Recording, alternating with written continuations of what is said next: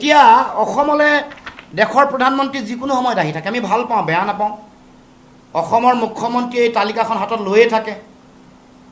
ঝুমুৰ চাবলৈ আহে, বাগৰুম্বা চাবলৈ আহে, বিহু চাবলৈ আমি ভাল পাওঁ, বেয়া নাপাওঁ। দেশৰ প্ৰধানমন্ত্ৰী যিমান অসম আৰু উত্তৰ পূৰ্বাঞ্চললৈ আহিব, সিমানে অসম আৰু উত্তৰ পূৰ্বাঞ্চলৰ ৰাইজে ভাল পাব। এ ফৰ আছাম বুলি যেতিয়া কৈছিলে, তেতিয়াও অসমৰ ৰাইজে ভাল পাইছিল। যেতিয়া কৈছিল যে উত্তৰ পূৰ্বাঞ্চল অষ্টলক্ষ্মী, তেতিয়াও মানুহৰ বিৰাট এটা আশাৰ এটা বতৰা আছিল। এটা ভিডিঅ' আপোনালোকক দেখুৱাব খুজিছোঁ।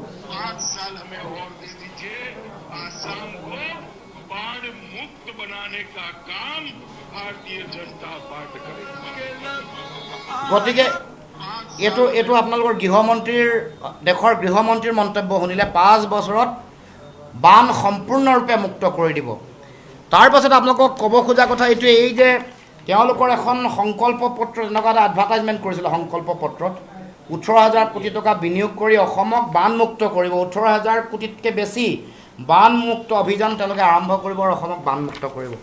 কিন্তু এতিয়া কথা হ'ল যে বানমুক্তটো কৰিব পৰাই নাই, পুখুৰী খান্দি বানমুক্ত কৰিম বুলি কৈছিল। কিন্তু মূল কথাটো হ'ল যে অসমলৈ আহিবৰ কাৰণে 20 দিন লাগিলে কেন্দ্ৰীয় কেবিনেট মন্ত্ৰী এগৰাকীক। অসমলৈ আহিবৰ কাৰণে, অসমৰ সম্পৰ্কত ক'বৰ কাৰণে, দেশৰ প্ৰধানমন্ত্ৰীক টুইট কৰিবৰ কাৰণে এসপ্তাহ সময় লাগে। এইটো কেনেকুৱা ধৰণৰ কথা?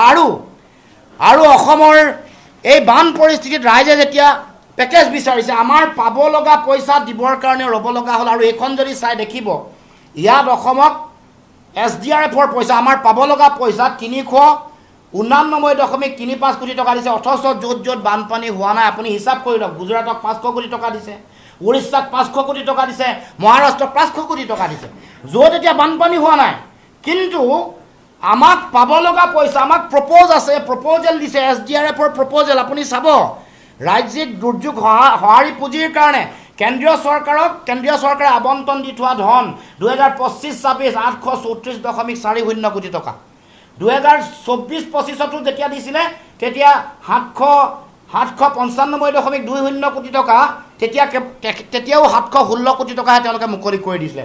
2023-24তো 756.80 কোটি টকা, সেইবাৰো তেওঁলোকে আবণ্টিত ধনৰ তেওঁলোকে সিদ্ধান্ত লোৱাৰ পাছতো কেন্দ্ৰীয় চৰকাৰে 680 কোটি টকা তেওঁলোকে আমাক দিছিল। গতিকে এতিয়া কথা হ'ল যে এই ধৰণৰ দৃষ্টিভংগী দিল্লীৰ কিয়? আমি কিয় ক'ব লগা হয় যে বানপানী, এই ভয়ংকৰ বানপানীৰ সময়ত দেশৰ প্ৰধানমন্ত্ৰী নাহে কিয়? এই প্ৰশ্ন কিয় কৰিব লগা হয়? তাৰমানে আৰু মানুহ মৰিব লাগিব নেকি? হিচাপ দিব খুজিছোঁ, 89 জন আপোনালোকৰ চৰকাৰী হিচাপ, তাতকৈ বেছি মানুহ মৰিছে। গৰু খুটি, মানে নেপালী খুটিত কিমান মানুহ ঢুকাইছে আপোনালোকে নিজেও জানে। সেইখন গাঁৱত তেতিয়া সন্ধানহীন হৈ থকা মানুহৰ সংখ্যা 77 গৰাকী। যোৱা 2 দিনৰ আগত যেতিয়া মৃতদেহ উদ্ধাৰ হৈছে, এইটো 28 নম্বৰ মৃতদেহ। তাৰ পাছতো দেশৰ প্ৰধানমন্ত্ৰী আহিবলৈ সময় নহয়। মই আপোনালোকক এটা তথ্য দিব খুজিছোঁ, আপোনালোকে চাই লওক যে আন ৰাজ্যসমূহত মুখ্যমন্ত্ৰীয়ে বানপানী চাবৰ কাৰণে 2বাৰ আৰু 3বাৰো যায়। মই আপোনালোকক তথ্য দিব খুজিছোঁ কোনকেইখন ৰাজ্যলৈ 2বাৰ গৈছে। গুজৰাটলৈ জুলাই 2017, মে' 2021, পশ্চিমবংগ মে' 2020, পশ্চিমবংগ মে' 2021, উৰিষ্যা মে' 2020, মে' 2021। অসমলৈ নহয়, অসমলৈও আহিছিলে, অসমলৈ 1 আগষ্ট 2017 চনত। কিন্তু কথাটো কৈছোঁ যে আমাৰ ইয়াৰ যিটো ভয়াৱহতা, ইয়াত মই মানে কম্পেৰিজন কৰিবলৈ, মানুহৰ মৃত্যুৰ কেতিয়াও তুলনা কৰিবলৈ নাপায়। কিন্তু মানে কিমান মানুহ মৰিলে দেশৰ প্ৰধানমন্ত্ৰী আমাৰ ওচৰলৈ আহিব, সেইকাৰণে এই কথাটো ক'বলৈ বাধ্য হৈছোঁ। আপোনাক হিচাপ দিব খুজিছোঁ, যেতিয়া সৌৰাষ্ট্ৰত যেতিয়া বানপানী হৈছিল 49 গৰাকী মানুহ ঢুকাইছিল। যেতিয়া পাঞ্জাৱত বানপানী হৈছে, মানুহৰ সংখ্যা 51 গৰাকী ঢুকাইছে। তাৰমানে আমি 89 গৰাকী মানুহ মৃত্যু হ'ল, আৰু মৃত্যুৰ সংখ্যা আহিবলৈ বাকী। 3খন জিলা একেবাৰে সম্পূৰ্ণ ধ্বংসপ্ৰাপ্ত হ'ল। শিৱসাগৰ আৰু নাজিৰা এনেকুৱা 2টা সমষ্টি য'ত মানুহৰ ঘৰত পানী নোসোমোৱা মানুহৰ ঘৰৰ সংখ্যা একেবাৰে কম। মানুহে শূন্যৰ পৰা জীৱন আৰম্ভ কৰিব লাগিব। এই বানপানী প্ৰাকৃতিক বানপানী নহয়, মানুহে সৃষ্টি কৰা বানপানী।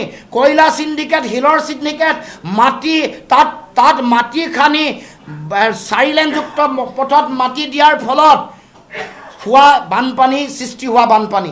এই বানপানী তাত মানে আমাৰ সিন্ডিকেট চক্ৰই তাত তেওঁলোকৰ গছ কাটি তহিলং কৰাৰ ফলত সৃষ্টি হোৱা এই বানপানী মই নকওঁ চৰকাৰী যন্ত্ৰই ইণ্ডিয়া ষ্টেট অফ ফৰেষ্ট ৰিপৰ্টত কি কৈছে ফৰেষ্ট ৰিপৰ্টত কৈছে যে 794.88 কিলোমিটাৰ যোৱা 10 বছৰত নাগালেণ্ডত গছ কাটি তহিলং হৈছে গতিকে এইটো এটা ভয়ংকৰ পৰিস্থিতি আপুনি দিখৌখন চাব